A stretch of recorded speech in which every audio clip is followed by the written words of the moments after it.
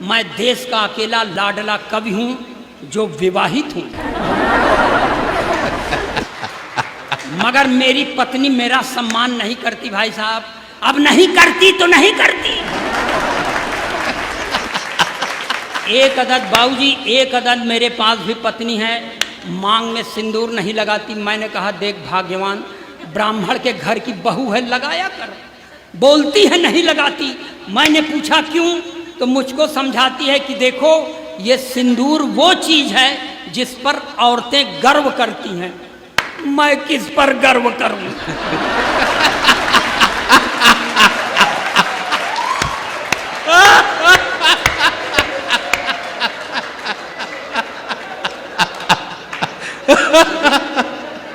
वाह भाई, अखिलेश जिंदाबाद।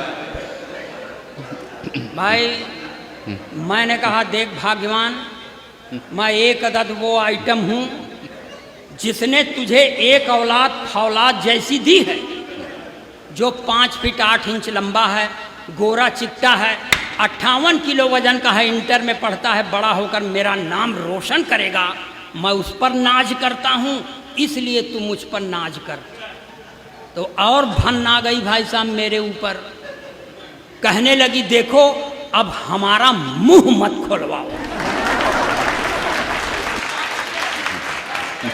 तुम्हारे ऊपर भरोसा करती तो यहू न होता।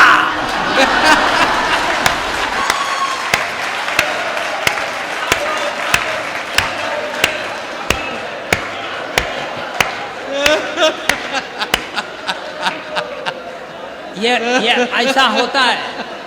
तो पढ़ने दो भाई साहब, आप लोग थोड़ा सा मन बनाइए। देखिए भाई साहब, मैं पत्नी का सताया हुआ, मैं अपने प्रधानमंत्री के नारी सशक्तिकरण के सख्त खिलाफ हूं। नारी सशक्तिकरण का मतलब पुरुष अशक्तिकरण।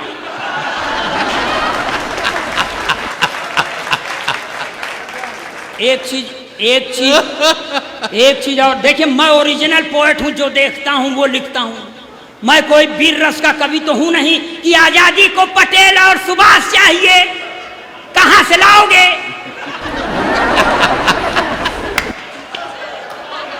अब मान लो आ गए सुभाष चंद्र बोस, तो कहेंगे तुम मुझे खून दो, हम तो न दे।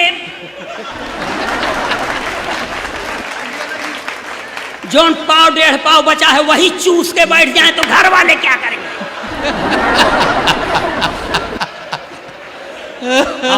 और बताऊं सर, ये श्रृंगार रस के कवियों से भगवान बचाए। अभी श्रृंगार रस का कवि आएगा, कहेगा मैं तेरी जुल्फ के साए में शाम कर लूंगा। साला जुल्फ नहीं, नगर पालिका का गोदाम हो गया है क्या?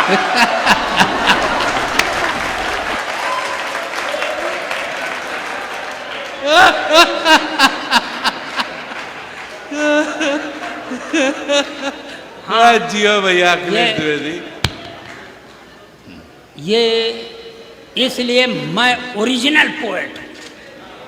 एक बार हमसे कहने लगे, वो तथाकथित वीर रस के सबसे बड़े देश के कवि हैं हरिओम पवार, सिरसा हरियाणा में, कहते हैं इस तरह की उच्चकई करके तुम लोग हाथ से पैदा करते हो, तुम लोग गली कूचे के कवि हो, मैं राष्ट्रीय कवि हूं।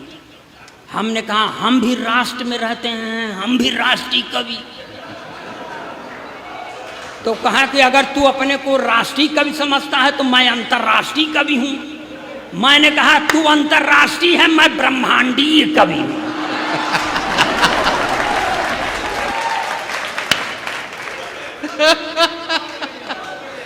जिंदाबाद अखिलेश। और बता दें सर, मैं आपको सर बता दूं, मैं नारी जाति का जबान से तो सम्मान करता हूं, निष्ठा नहीं रखता। 3-4 महीने पहले सर मेरे एक दोस्त का इंतकाल हो गया। मैं 3-4 रोज बाद अपनी पत्नी को लेकर उसके घर मुकाम देने गया, तो मेरी पत्नी ने मेरे दोस्त की बेवा से पूछ लिया, बहन जी क्या हो गया था कि भाई साहब इतनी जल्दी खत्म हो गए? तब मेरे दोस्त की बेवा ने कहा कुछ नहीं बहन जी, सुबेरे उठे थे, एक कप चाय पिए थे, बाथरूम चले गए, जब बाथरूम से लौट के आए तो मुंह से खून फेंक कर मर गए। लगता है चाय की पत्ती में जहर था। इतना सुनने के बाद मेरी औरत ने मुझे घूर कर देखा और उसकी ओर मुखातिब होकर कहा, वही 2-4 चम्मच चाय की पत्ती दे दे।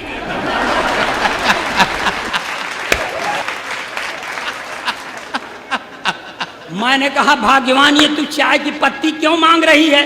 उसने कहा चुप रहो, ये महिलाओं के बीच का मामला है, आज इनके ऊपर विपत्ति पड़ी है, मैं आई हूं, कल